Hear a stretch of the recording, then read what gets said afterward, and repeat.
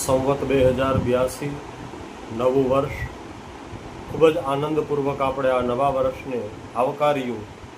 ખૂબ જ આનંદપૂર્વક પરિવારોની સાથે, મિત્રોની સાથે, સગા સંબંધીઓની સાથે આપણે બધા ગળે લાગ્યા, રામ રામ કર્યા, ચા પાણી પીધા, નાસ્તા કરી, ભેગા મળીને ખૂબ આનંદ કર્યો. ચા પાણી પીવા, નાસ્તા કરવા એ બધું ગૌણ છે, પરંતુ મળવું એ મહત્વનું છે. માણસ માણસને મળે તો એક પ્રેમનો વ્યવહાર છે, એક લાગણીનો સંબંધ છે, એટલા માટે ત્યાં મળવું ખૂબ આવશ્યક છે. હમણાં જ હું ઘણા બધા માણસોને મળ્યો, ઘણી બધી ચર્ચાઓ. એમાં સમાજમાં અત્યારે ચાલતો બહુ જ મોટો પ્રશ્ન લગ્નની વાત કરી. આમ તો ઘણી જગ્યાએ થોડા થોડા દિવસો થાય એટલે લગ્નના પ્રશ્નની ચર્ચાઓ થાય,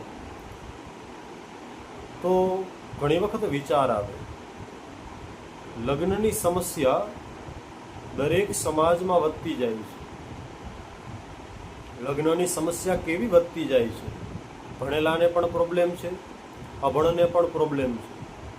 સિટીમાં રહેવાવાળાના પણ લગ્ન નથી થતા, ગામડામાં રહેવાવાળાના પણ લગ્ન નથી થતા. સારો બિઝનેસ કરે છે તેના પણ લગ્ન નથી થતા, સારી નોકરી કરે છે તેના પણ લગ્ન નથી થતા. ખૂબ રૂપાળો, ખૂબ સંસ્કારી, સમાજમાં એના પરિવારની સારી એવી નામના હોય, એના પણ લગ્ન નથી થતા. તો આપણને વિચાર આવે કે આમાં ઘટે છે શું? સમાજમાં ઘટે છે શું? દીકરીવાળા પણ બીવે છે, દીકરાવાળા પણ બીવે છે. દીકરીવાળા પણ ચિંતા કરે છે કે સારો દીકરો નહીં મળે તો, દીકરાવાળા પણ બીવે છે કે સારી દીકરી નહીં મળે તો. દરેક સમાજ પ્રમાણે અલગ અલગ માગણીઓ હોય છે.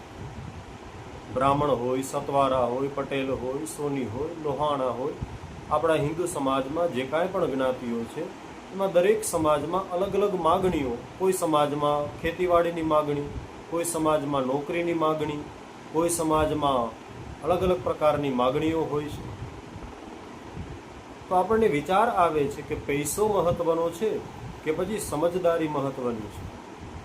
દીકરો હોય કે દીકરી હોય, આપણે દીકરી માટે દીકરો ગોતતા હોય કે દીકરા માટે દીકરી ગોતતા હોય, સૌથી વધારે મહત્વનું સમજદારી છે.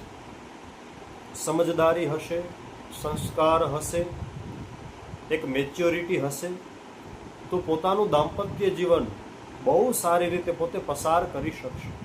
હા, સમસ્યા નહીં આવે એવું તો છે જ નહીં. ગમે તેનું દાંપત્ય જીવન હોય, ગમે તે વર્ગનો હોય, ગમે તે સમાજનો હોય, ગમે ત્યાં રહેતો હોય, ગમે તે કામ કરતો હોય, સમસ્યા તો આવે જ. પણ સમસ્યામાંથી કઈ રીતે પસાર થવું એ તો જ એને ખબર પડશે, તો જ આવડશે જો એનામાં સમજદારી હશે, જો એનામાં મેચ્યોરિટી હશે, જો એનામાં જાતું કરવાની ભાવના હશે, જો એનામાં સહન શક્તિ રાખવાની સમજણ હશે. યાદ રાખજો, સુખી જીવન જીવવું હોય તો તેનું એક જ સૂત્ર છે, મારે જ સમજવાનું છે. હું સમજું, કારણ કે હું સમજીશ, હું જાતું કરીશ, હું સહન કરીશ તો અવશ્ય સમસ્યા નહીં આવે. પણ આપણે આવું વિચારતા નથી. હમણાં જ હું ચોટીલા દર્શન કરવા માટે ગયો હતો, તો ત્યાં દર્શન કરતી વેળાએ જોયું કે ખૂબ ભીડ હતી. ત્યાં મંદિરમાં વ્યવસ્થાપકો માઇકમાં બોલી રહ્યા હતા કે ભાઈઓ, તમે વિડીયો અને ફોટોગ્રાફી બહુ દૂર હો ત્યારે કરી લ્યો, નજીક આવો ત્યારે તમે તમારા મોબાઈલ ન કાઢો, તમે વ્યવસ્થા જાળવો. દર્શનમાં બહુ વધારે ભીડ છે તો એટલા માટે તમે ખૂબ જલ્દીથી દર્શન કરી અને ત્યાંથી નીકળો. પણ ત્યાં ફોટા અને વિડીયોની છૂટ હોવાના કારણે, કોઈ કારણસર ત્યાં વધારે પોલીસ ન હોવાના કારણે, કોઈ કારણસર કદાચ ત્યાં એટલી બધી કડકાઈ ન હોવાના કારણે, ખાસ કરીને સમજદારીનો અભાવ હોવાના કારણે કોઈ ત્યાં સૂચન કરવાવાળું બહુ હતું નહીં. અને કોઈ લોકો તો સમજતા જ નથી. ત્યાં કોઈ સૂચન કરતું ન હતું. ત્યાં કાઢો કાઢો, જલ્દી નીકળો, ભાઈ દર્શન કરી લ્યો એટલે જલ્દી જાઓ, એવું કહેવાવાળું કોઈ નહોતું. કડક થઈને બહુ વધારે ઠપકો આપે કે સજા આપે એવું કોઈ ન હતું. એટલે કોઈ માણસો ત્યાં સમજતા નહોતા. દર્શન કરતાં કરતાં ઘરે વિડીયો કોલ કરે, કોઈ ડ્રાઈવર ગાડી ચલાવતો હોય તો ત્યાં વિડીયો કોલ ચાલુ હોય. અમુક તો કદાચ નાતા નહીં હોય, નાયા નહીં હોય, નાતા તો હશે પણ સ્નાન નહીં કર્યું હોય, એવા લોકોએ પણ વિડીયોમાં ત્યાં માતાજીના દર્શન કર્યા હશે. આપણે કોઈનો વિરોધ નથી, પણ એક સમજવાની વાત છે કે ભાઈ એવું હોય તો ત્યાં તમે એક ફોટો પાડી અને ઘરે સેન્ડ કરી દો, દર્શન કરી લેશે. લાઈવ દર્શન કરવા છે તો ત્યાં દરબારમાં પહોંચવું પડે. અને કદાચ કોઈ ભીડ ન હોય, મંદિરમાં 10 જણા જ હો તો તમે આરામથી વિડીયો કરો. પણ જ્યારે બહુ જાજી ભીડ છે, પટાંગણમાં માતાજીના દરબારમાં સમાય એમ નથી પબ્લિક, આટલી બધી ભીડ હોય તો ત્યારે હું ફોન ન કાઢું, હું વિડીયો ન ઉતારું, હું ફોટા ન પાડું, હું સમજદારીથી ને જલ્દીથી દર્શન કરું, મારા કારણે આજુબાજુવાળાને સમસ્યા ન થાય. મારે જ સમજવાનું છે. આવી ખબર કોઈને પડતી નથી, અથવા તો ખબર પડે છે પણ ખબર પાડવી નથી, જાણી જોઈને સમજવું નથી. ત્યારે મને વિચાર આવ્યો હતો કે માતાજીના દરબારમાં આવવાવાળા દર્શનાર્થીઓ, ભક્તો, જેને શ્રદ્ધા હોય તો જ આટલા પગથિયાઓ ચડ્યા હોય ને. હવે જો એ પણ ત્યાં જઈને સમજતા નથી તો લગ્નમાં આ સમસ્યામાં માણસો એને ઉકેલવા માટે કેમ સમજે? સમાજમાં બાળકને સંસ્કારો આપવા માટે કેમ સમજે? આપણે વાહન તો આપીએ છીએ પણ કેટલું ચલાવવું જોઈએ એ આપણે શીખડાવતા નથી. આપણે મોબાઈલ તો આપીએ છીએ પણ તેનો કઈ રીતે ઉપયોગ કરવો, કઈ રીતે દુરુપયોગ ન થવો જોઈએ એ તો આપણે કહેતા નથી. એટલા માટે જ આ વાત ખાસ એટલા માટે જરૂરી છે કે કદાચ કોઈ પણ ક્ષેત્ર હોય, વ્યવસાયનું ક્ષેત્ર હોય, ધાર્મિક કાર્યક્રમ હોય, સામાજિક હોય, વ્યવહારિક હોય, દરેક જગ્યાએ એ જ વાત ઊભી રહે છે કે મારે જ સમજવાનું છે.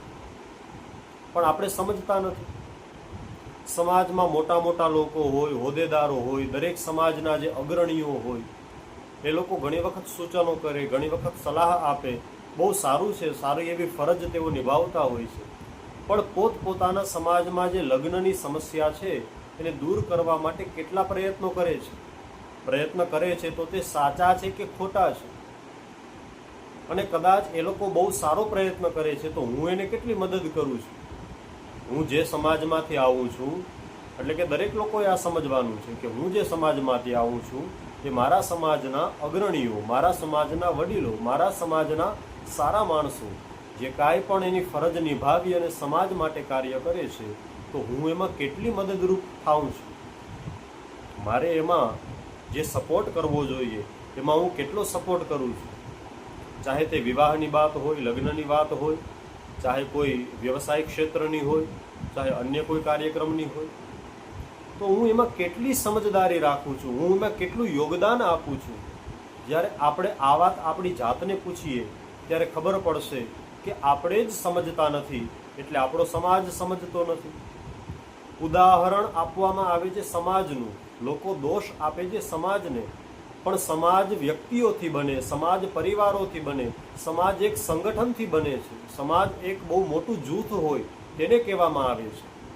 તો એ જૂથમાં, એ વર્ગમાં, એ સમાજમાં, એ એરિયામાં હું પોતે એમાં આવું છું, મારો પરિવાર પોતે પણ એમાં આવે છે, તો હું એ મારા પરિવારમાં જે સમસ્યા હશે તેને દૂર કરવાના પૂરા પ્રયત્નો કરીશ.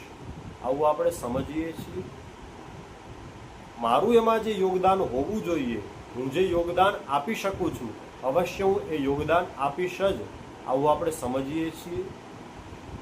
હું મંદિરે દર્શન કરવા જાઉં તો જે જગ્યાએ મોબાઈલ અને ફોન કાઢવાની છૂટ છે પરંતુ ત્યાં વધારે ભીડ છે તો હું સમજીશ કે મારે ત્યાં ન કરવાનું કાર્ય ન કરવું જોઈએ. પછી ચાહે હું ત્યાં કચરો કરતો હોઉં, હું ચાહે ત્યાં મોબાઈલ કાઢતો હોઉં, હું ચાહે ત્યાં અવ્યવસ્થા ઊભી કરતો હોઉં, તો મારે આ ન કરવું જોઈએ.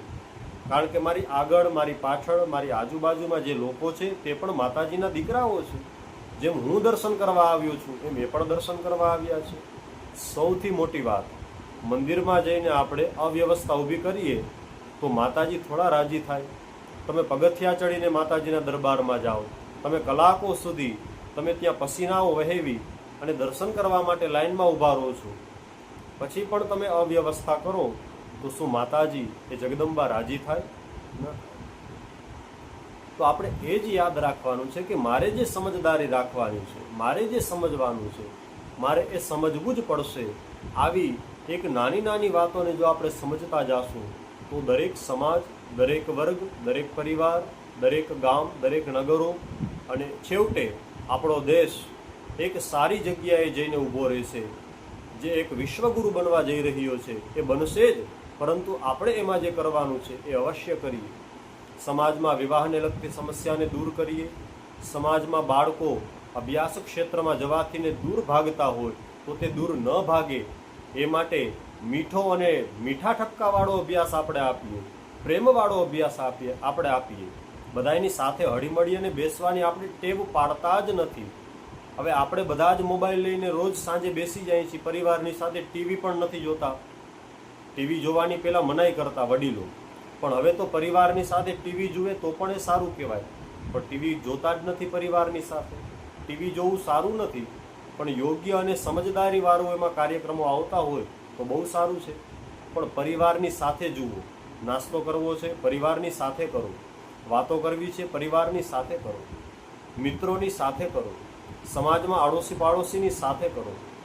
જો આપણે આ બધું કરશું તો આનાથીને શું થશે? આનાથીને આપણા જીવનમાં એક શાંતિનો અનુભવ થશે. આપણે જે કરવાનું છે એ કરી શકશું. મગજમાં જે ખોટા અને સાવ નકામા આપણે ટેન્શન લઈને ફર્યા કરીએ છીએ એ દૂર થશે. સમાજમાં એક વ્યક્તિ પણ એવો અત્યારે જોવા મળતો નથી કે જેને ચિંતા ન હોય, જેને ટેન્શન ન હોય. જવાબદારીઓ તો પહેલાં પણ હતી ભાઈ, પણ હવે ખોટી જવાબદારીઓ વધી ગઈ છે. અને હવે એવું થયું છે કે જે જવાબદારી નિભાવે એ નિભાવતો જ જાય, જે કાંઈ ન કરે એ કાંઈ ન કરે. સાચાને સમાજ સપોર્ટ ન કરે અને ખોટાને કોઈ જગ્યાએ કાંઈ વાંધો ન આવે. આ બધું થયા કરે છે, જેથી કરી અને સમાજમાં ક્રાંતિ આવતી નથી. અને જ્યાં લગી ક્રાંતિ નહીં આવે ત્યાં લગી શાંતિ તો બહુ દૂર જ રહેવાની છે. એટલે હું સમજું, મારે સમજવાનું છે, મારા પરિવારે સમજવાનું છે. જો આવું બધા જ પરિવારો કરતા જશે તો હું સમજું છું કે સમાજમાં વિવાહને લગતી સમસ્યા, ધંધાકીય સમસ્યા, જે કાંઈ પણ રોજગારની સમસ્યાઓ છે એ બધી જ સમસ્યાઓ દૂર થવામાં વાર નહીં લાગે. ખાસ કરીને વર્તમાન સમયમાં લગ્નની સમસ્યા બહુ મોટી થઈ ગઈ છે. પહેલાં એવું હતું કે લગ્ન થઈ જાય ને એટલે મા બાપ નિવૃત્ત થઈ જતા, પણ હવે તો લગ્ન થઈ ગયા પછી એ શું થાય કોને ખબર છે? લગ્નમાં 5 લાખનો ખર્ચો થયો હોય અને છૂટાછેડામાં 10 લાખનો ખર્ચો થાય. આવું સમાજમાં થાય છે તો આપણે વિચારવું જોઈએ કે શું ખરેખર આ બહુ ખોટું નથી થતું? આપણે જે ખોટું થાય છે એને આપણે રોકવું જોઈએ. જો આપણે નહીં રોકીએ તો આપણી જ આવનારી પેઢી, આપણા જ બાળકો, આપણા જ પરિવારના અને આપણા જ સમાજને, આપણા જ દેશને, આપણા જ ગામને સમસ્યાઓ છે અને એ વધવાની છે. માટે આપણે સમજદારી રાખશું તો આમાં કોઈ બહુ મોટી ચિંતા છે જ નહીં. અને જો સમજદારી નહીં રાખીએ તો આ વાત, આ ચિંતા ક્યારેય પતવાની જ નથી. આશા રાખું છું કે જે કોઈ પણ લોકો આ સાંભળશે એનાથીને સમાજમાં, એના પરિવારમાં, એના વર્ગમાં જે કાંઈ પણ ભગવાન કૃપા કરશે એ પ્રમાણે એને સમજદારી આપશે, એનામાં સમજદારી આવશે અને અવશ્ય ને અવશ્ય એ કાંઈક એવું કરશે જેના કારણે એની પ્રગતિ થશે, એના પરિવારની પ્રગતિ થશે. નવા વર્ષની ખૂબ ખૂબ શુભકામનાઓ. ભગવાન સૌને સંપત્તિ તો આપે જ, પણ સારી સમજદારી આપે અને સ્વાસ્થ્ય પણ આપે. ભગવાન સૌનું કલ્યાણ કરે. જય શ્રી કૃષ્ણ.